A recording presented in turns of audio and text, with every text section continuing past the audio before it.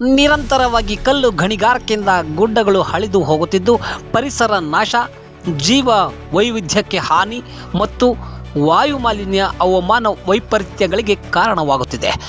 ಕಲ್ಲು ಗಣಿಗಾರಿಕೆಯ ಧೂಳು ಮತ್ತು ತ್ಯಾಜ್ಯಗಳು ಹತ್ತಿರದ ಪರಿಸರ ಮತ್ತು ಅಂತರ್ಜಲವನ್ನು ಸೇರಿ ನೀರನ್ನು ಕಲುಷಿತಗೊಳಿಸುತ್ತಿವೆ.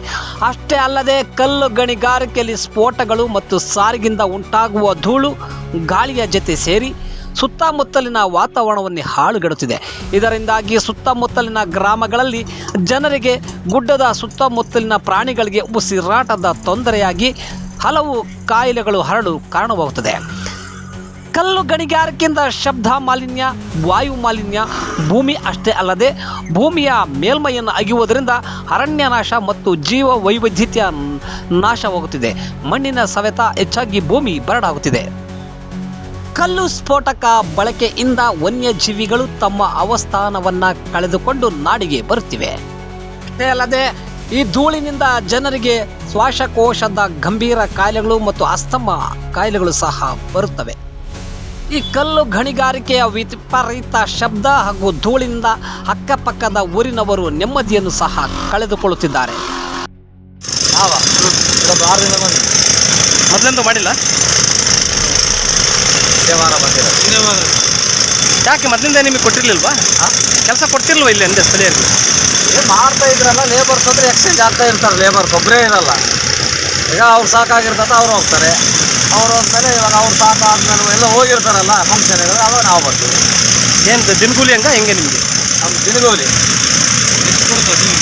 ಎಷ್ಟು ಕೊಡ್ತಾರೆ ನಮ್ಗೆ? ಧೂಳು ಪಾಳು ಎಲ್ಲ ಬೆಳೆಗಳೆಲ್ಲ ಹಾಳಾಗಿ ಹೋಗ್ತಾವ. ಹೆಂಗೆ ಬೆಳೆಗಳಿಗೆಲ್ಲ ಇವರಿಗೆಲ್ಲ ಲ್ಯಾಂಡ್ನರ್ಗೆಲ್ಲ ಅವ್ರಿಗೆಲ್ಲ ದುಡ್ಡು ಹೋಗ್ತಾವೆ. ಅವ್ರಿಗೆಲ್ಲ ಲ್ಯಾಂಡ್ನರ್ಗೆಲ್ಲ ದುಡ್ಡು ಹೋಗ್ತದೆ. ಲ್ಯಾಂಡ್ನರ್ಗೆಲ್ಲ ಅವ್ರ ಬಗ್ಗೆ ಅದು ಹೆಂಗೆ ಬಿಡ್ತಾರೆ ಮತ್ತೆ. ಇವಾಗ ಏನಿದ್ರು ಅದ್ರ ಮನೆಗಳಿಗೆ ಏನೋ ಸಮಸ್ಯೆ ಆಗುತ್ತೆ? ಏನು ಸಮಸ್ಯೆ ಏನಾಗಲ್ಲ. ಇದು ನ್ಯಾಷನಲ್ ಮಾಮೂಲು ಬ್ಲಾಸ್ಟಿಂಗ್ ಅಲ್ವಾ, ಇದು ಹೆವಿ ಬ್ಲಾಸ್ಟಿಂಗ್ ಅಲ್ಲ, ಮಾಮೂಲು ಬ್ಲಾಸ್ಟಿಂಗ್ ಅಲ್ವಾ ಇದು. ಯಾವ ಟೈಮಲ್ಲಿ ಇಡ್ತಾರೆ ಇಲ್ಲಿ? ಏನಾದ್ರೆ ಸಂಜೆ ಎಲ್ಲ ಲಾಕ್ ಮಾಡಿಬಿಟ್ಟು ಆ ಕಡೆ ಈ ಕಡೆ ಲಾಕ್ ಮಾಡಿಬಿಟ್ಟು ಏನಾದ್ರೆ 6:30 ಮೇಲೆ ಮಗಲ್ವಾ ಅದು? ಎಲ್ಲ ಸೇಫ್ಟಿ ಬೆಲ್ಟ್ ರೋಪ್ ಇರ್ತವೆ ಎಲ್ಲ. ಅವ್ರು ಹೆಂಗೆ ಕೆಲಸ ಅಲ್ಲಿ ಮೇಲೆ? ಅವರು ಡ್ರಿಲ್ ಲೂಸ್ ಕೆಡುತ್ತಾರೆ ಎಲ್ಲ ಕ್ಲೀನಾಗಿ. ಅಲ್ಲಿ ಅಲ್ಲಿ ಮೇಲಕ್ಕೆ ಇಲ್ಲ, ಅಲ್ಲಿ ಲೂಸ್ ಕೆಡುತ್ತಾರೆ. ಅಲ್ಲಿ ಬರೀ ಜಾಕ್ ಇರ್ತದೆ.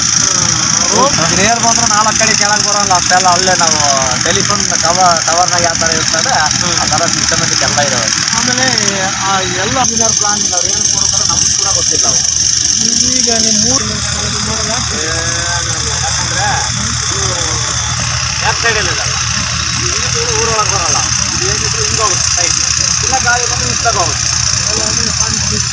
ಈ ಸೈಡ್ ಹೋಗುತ್ತೆ, ಈ ಸೈಡ್ ಊರೊಳಗೆ ಬರೋಲ್ಲ. ಇದು ಊರೊಳಗೆ ಬರೋಲ್ಲ. ಅದರಿಂದ ಕೂಲಿ ಮಾಡಿ